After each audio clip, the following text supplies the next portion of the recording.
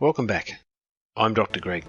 In my PhD thesis, Creating Confidence Amongst Complexity, I talk about the importance of project managers creating trust within the project team. But exactly how do we do that? Wouldn't it be great if there was some simple algorithm for creating trust? Well, luckily for us, there is. And if you hang around, you'll find out what it is. Welcome to Dr. Greg's Guide to Creating Trust. For most projects, you're going to need a team in order to be able to deliver it. You need sponsors, end-user reps, designers, builders, and so many more people. And right at the center of this group is the project manager. The project manager is the hub that connects these spokes and keeps the whole group moving forward.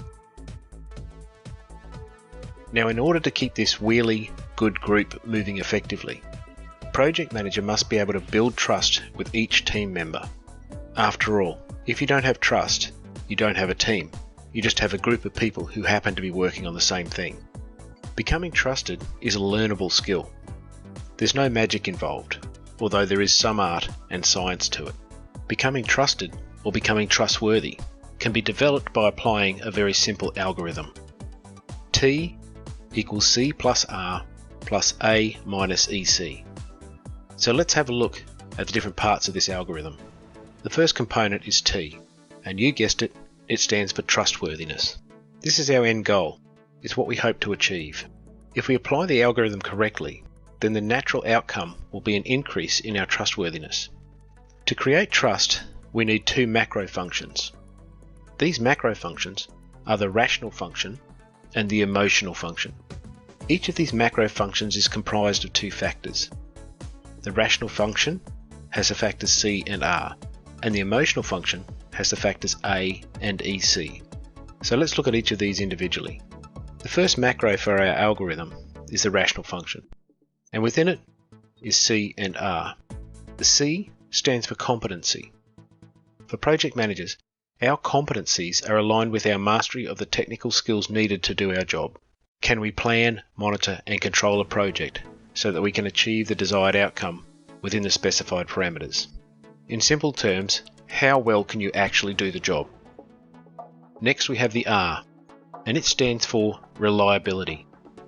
Reliability is the degree to which your advice can be depended upon to be accurate and correct. In other words, can this person apply their knowledge and give sound advice? Now, these two factors come from the combination of education and experience. There's no shortcut that you can take to fake these. They are a result of continuing to learn and practice your craft. The greater your competency and reliability, the higher you'll rate in the rational macro. The second macro of the algorithm is the emotional function, which is comprised of A and EC. The A stands for authenticity. A person's authenticity is the degree to which their actions are in harmony with their beliefs and desires. It's the level to which you will let people see the real you. And whether you know it or not, every member of your team is constantly assessing your level of authenticity. They're asking themselves, does this person have a hidden agenda? Is this person willing to make a personal commitment to what they're saying, or is it just lip service? Basically what they're saying is, does this person's actions match their words? Now, the EC stands for egocentricity. Egocentricity is the degree to which a person is concerned about their own needs. Now, this isn't necessarily the same thing as being selfish, although that's definitely in the mix. Your egocentricity level is really about how much time you are inwardly focused. But rather than just try to describe this to you, it's probably easier for me to give you an example. Say you're presenting your project cost plan report, and you see the sponsor across the table start to frown. Having an egocentric focus would cause your inner monologue to start telling you that the sponsor doesn't believe you, or that you've made a mistake, or that there's something wrong in the report. The simple fact is you don't actually know why the sponsor's demeanour changed. For all you know, she's just remembered that she forgot her wedding anniversary.